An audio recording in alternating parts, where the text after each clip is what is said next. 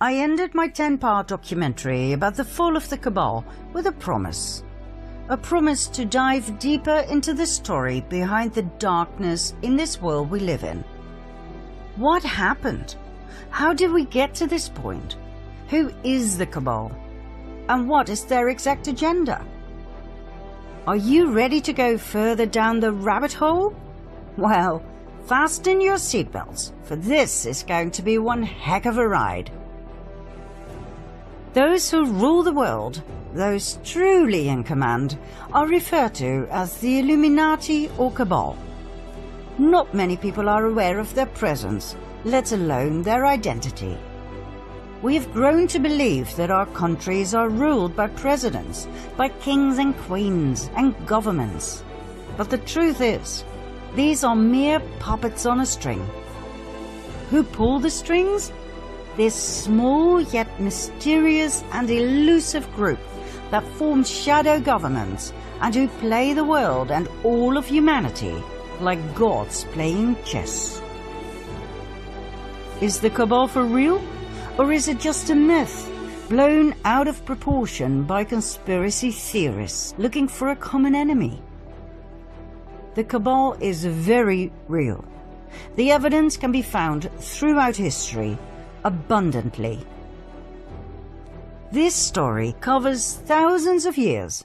It is crucial information to understand the modern-day Cabal and the evil we are dealing with. Not only that, it is the only way I can possibly reveal to you the best kept and most shocking secret in the history of mankind.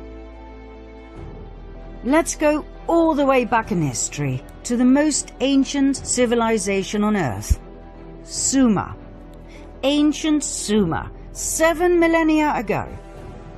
What we know stems back from the early writings on clay tablets, written down in cuneiform script. The Sumerian civilization was a highly developed and advanced society with grand cities, temples, and pyramids. Archaeological findings tell us the cities had amazing mosaics, elaborate streets, housing blocks, indoor plumbing, toilets with water flushing systems, and much more. The Temple of Inanna at the ancient city of Uruk still baffles us today with its splendor, its vibrant colors and depictions of strange animal creatures. Inanna was the ancient Sumerian goddess associated with love, beauty, sex, war, and political power. She was later worshipped by the Akkadians, Babylonians, and Assyrians under the name of Ishtar or Asherah.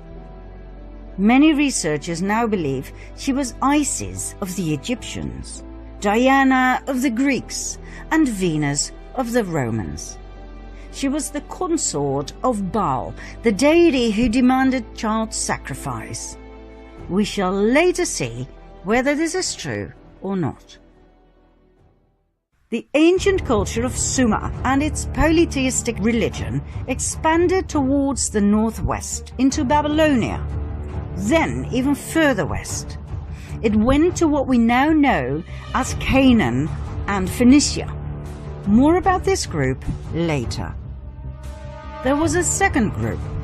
They went further north, all the way to the region we now call Ukraine and southern Russia, between the Black Sea and the Caspian Sea. There they took on the name Khazars and called their new homeland the Kingdom of Khazaria, after their ancestors. Joseph Chagam, king of the Khazars, explained in a letter to the foreign secretary of the Caliph of Cordoba, Hasdai ibn Chaprut, that his people were direct descendants from Japheth, son of Noah. Khazaria was right at the center of the northwestern Silk Road. Merchants who traveled through Khazaria had to pay toll, a lucrative way to swell the coffers of the kingdom. The Khazars were different than the peoples from the surrounding countries. They were described as thieves and spies.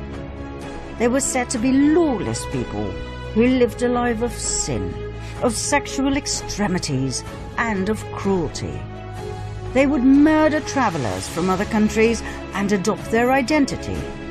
They were masters of deceit. And, last but not least, they were said to worship Baal, also referred to as Moloch, a representation of Lucifer that demanded child sacrifice. In return, Baal was said to reward them with riches, with fame and fortune. The neighboring countries despised them.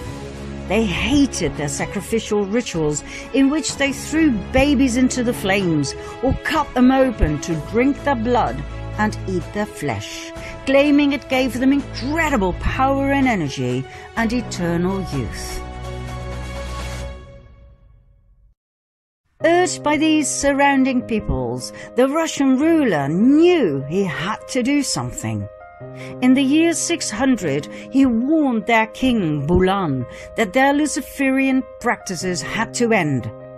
He told him they had to convert to either Judaism, Christianity, or Islam. The choice was his. Bulan chose Judaism. But he did not really convert. He merely took elements from Judaism and forged them into his own Luciferian belief. King Bulan and his people lived on and prospered. Nothing much had changed, except for the fact that for outsiders they now called themselves Judeans, which they were not. Mind you, the name Jew wasn't invented until the 18th century. 4 centuries went by. In 965 AD, the Russian ruler, Grand Prince of Kiev, Sviatoslav I, felt they had gone too far with their continued devil-worshipping and child sacrifice. He decided to wipe them out. But the Khazars had their spies everywhere, and the Russian cunning plan was brought to the ears of the Khazarian king, who, just in time, fled the country with his 25 wives and 60 concubines, all of the nobility, plus an enormous amount of gold and silver. The entire exodus of royalty and nobility went via Hungary to Poland, then from Germany southward to France and Spain. Everywhere they went, some were left behind. In order to reveal their true identity, they called themselves Ashkenazi Judeans, knowing very well that their new home countries would not exactly be eagerly awaiting Luciferian Khazars. Ashkenaz, by the way, was the name of a region they inhabited during their migration from Sumer to Babylonia to the Caucasus. Like all regions at that time, this one too was called after the descendants of Noah, Ashkenaz being a grandson of Japheth and great-grandson of Noah. Now don't worry, you don't have to remember any of this. We just need to tell you from a historical point of view. It does explain a lot though, as Japheth, son of Noah, had 2 grandsons, Ashkenaz and Togarma, who became arch-enemies according to rabbinic literature. Now the people we are dealing with here descended from Togarma, yet they adopted the name of their arch-enemy, Ashkenaz. Why? We will soon find out. Just remember this, it was all by design. The Ashkenazim settled in their new homelands and swore to rebuild their empire. In no time, they built up an empire of wealth and influence. After all, they were the royalty and nobility of the ancient bloodlines of Sumer and Babylonia. They had the startup capital, so to speak. They swore to take revenge on Russia, the country they had been expelled from. Their revenge also stretched out to the Jews, as in the original people from Judea. Why? Because back in the time of Princess Jezebel, during a situation in which 2 deities were challenged, they chose Yahweh over Baal. That was their death sentence, as the Khazarian Ashkenazim would never forget nor forgive. Within a few years after they had settled in Europe, they formed an absolute master plan. A plan so big, so intelligent, and so evil, it would change the fate of the world forever. One of the Khazarian families that had joined the exodus from Khazaria was the Rothschild family. That's right, the Rothschilds I talked about in part 2 of my previous series. They settled in Frankfurt, Germany, where they became wealthy and powerful through trade and banking. They called southern Germany Ashkenaz, as a tribute to their ancestry. They offered notes to travelers who left behind their gold and silver, safely stored in the vaults of the Rothschilds, banknotes against deposits. This way they collected an unprecedented amount of riches that, combined with the interest they received, were further used to extend their wealth and thus their power. Meyer Amschel Rothschild had 5 sons who became powerful bankers in 5 large cities: Frankfurt, London, Paris, Vienna, and Naples. In no time, they gained financial power over all of Europe. They became the personal bankers of kings and queens. They even became the treasurers of the Vatican.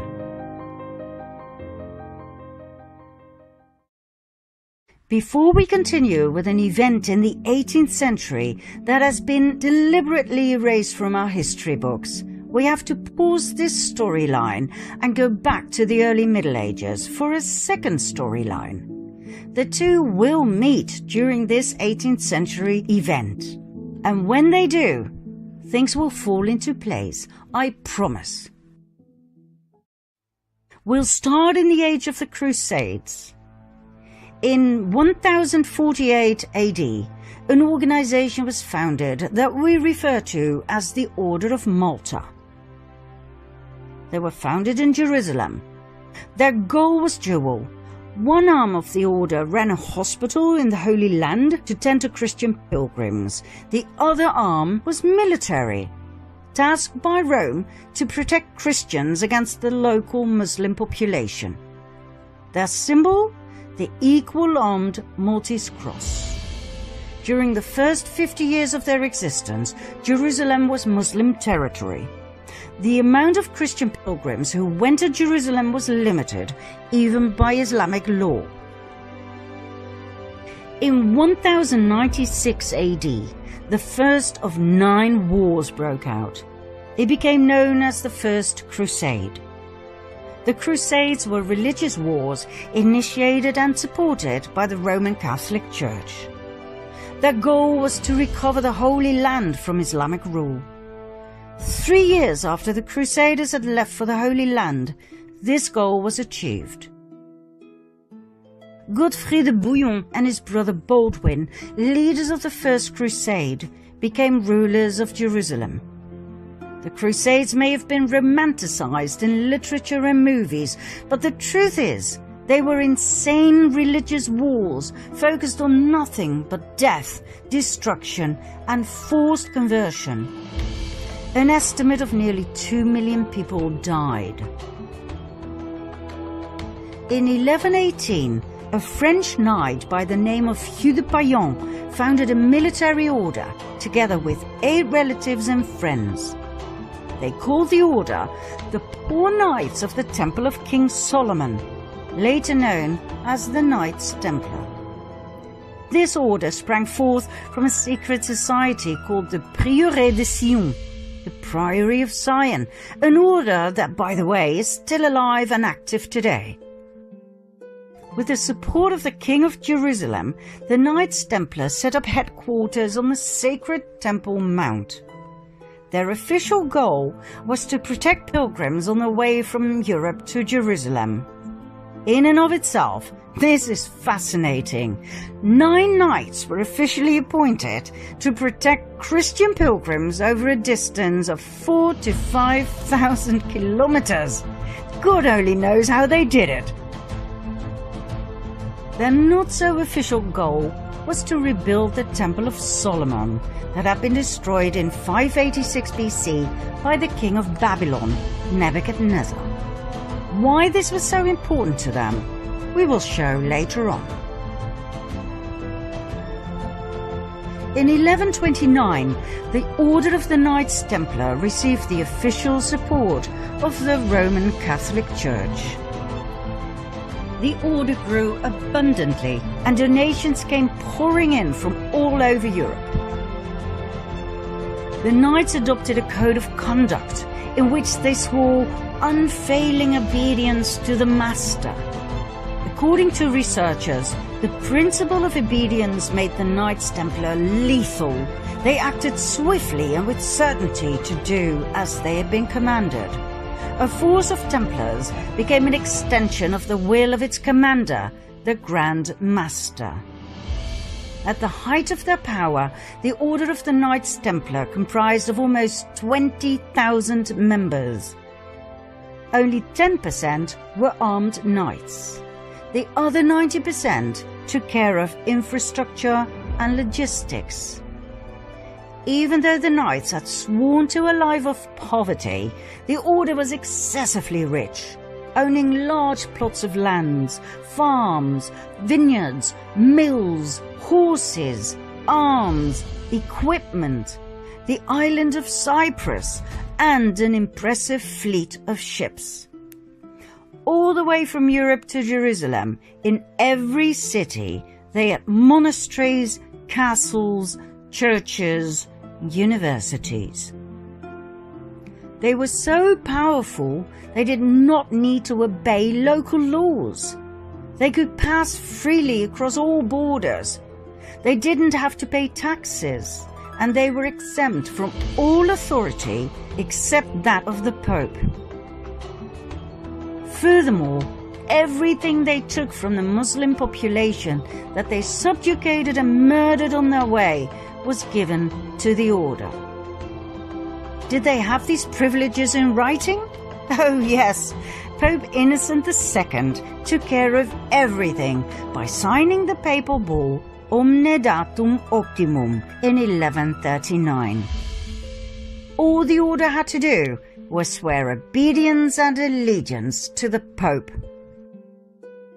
There was one area, though, in which the Templars truly excelled: banking. They had a network of banks in many countries that enabled pilgrims to deposit assets in their home countries and withdraw funds in the Holy Land. By the 13th century, the Templars had become such competent and trusted bankers that European kings and nobles who embarked on crusades to the Holy Land often forwarded large cash sums to the Templars that could be withdrawn later so they could pay their armies. The Templars even gave out loans to rulers. They excelled in everything they did, for which they were overloaded with donations, gifts, fame and fortune. However, in the early 14th century, the Knights Templar met their final destiny: King Philip IV of France. This man was heavily indebted by the order. When he asked for even more loans, the order refused. King Philip decided it was time for the Knights Templar to meet their maker. On Friday the 13th of October 1307, a multitude of knights were arrested, including their Grand Master, Jacques de Molay.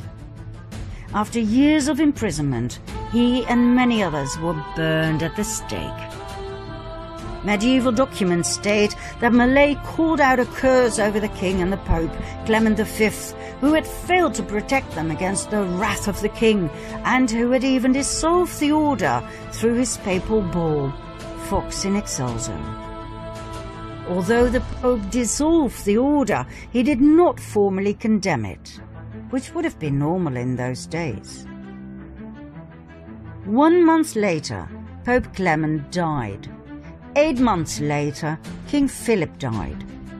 Ironically, the Pope's body was burned to ashes by a fire that was caused by lightning that struck the church where he was lying in state. The king died of a stroke he suffered during a hunt. But, contrary to what our history teachers have told us, the Order of the Knights Templar did not end here. New orders were founded with new names that were basically the continuation of the Knights Templar. Think Military Order of Christ in Portugal, Supreme Order of Christ in Italy, and so on and so forth.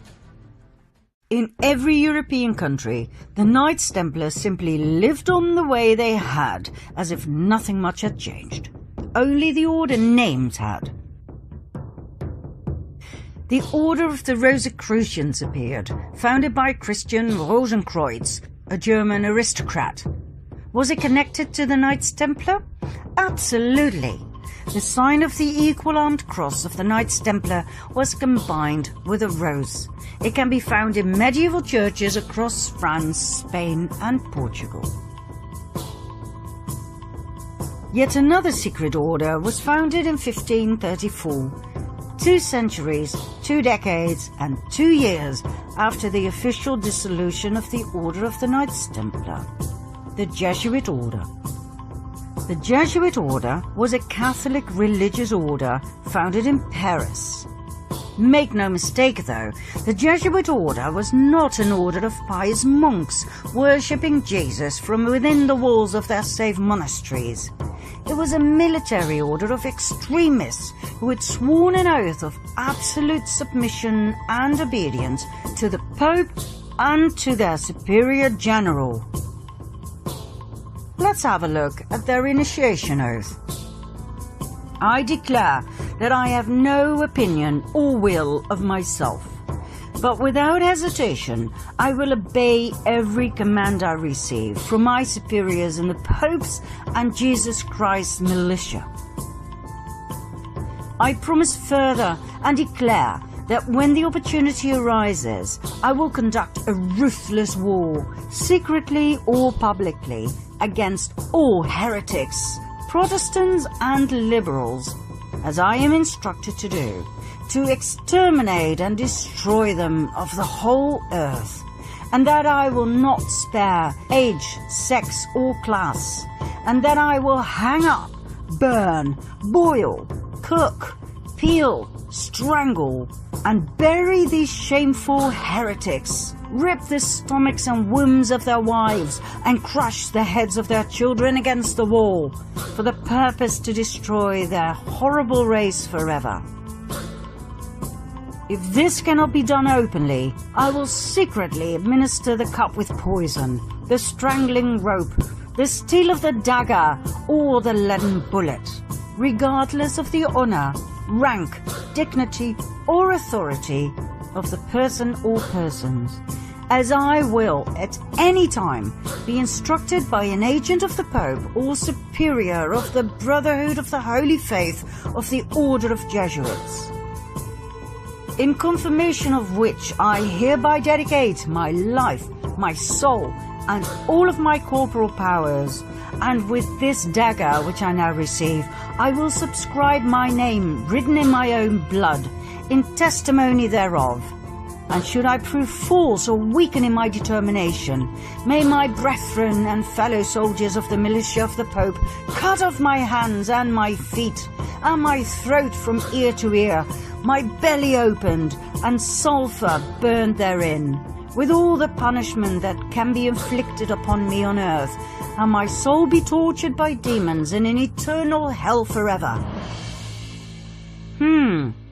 Not exactly what you would expect from an order of Jesus, right?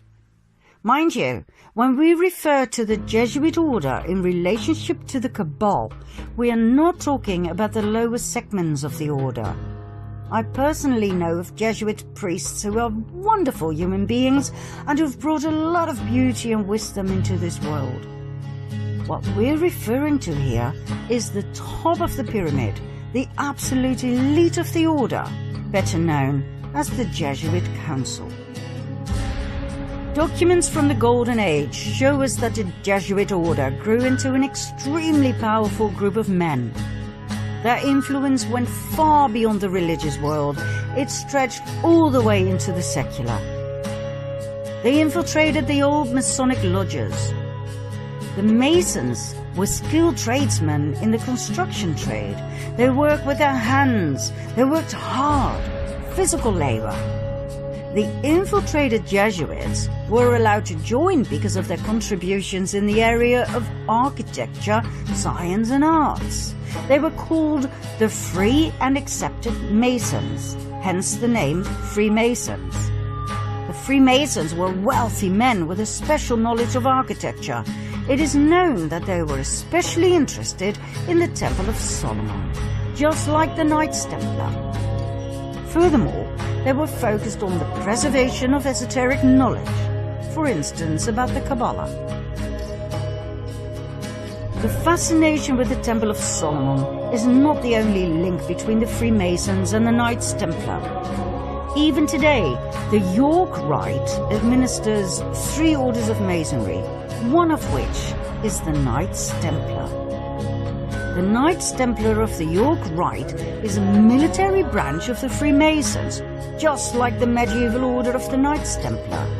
They both have the symbol of the equal-armed Red Cross. So, in short, the Freemasons were a highly secretive group of powerful Jesuits who had infiltrated the countless Masonic lodges across the world. They founded their own umbrella lodge in 1717. The Premier Grand Lodge of England, and that would turn out to be their salvation. What happened? The Jesuits had become way too powerful to the liking of 80 heads of states worldwide who obviously felt threatened by the powerful order. They banned the order and put pressure on the Pope, Clement XIV, to do the same.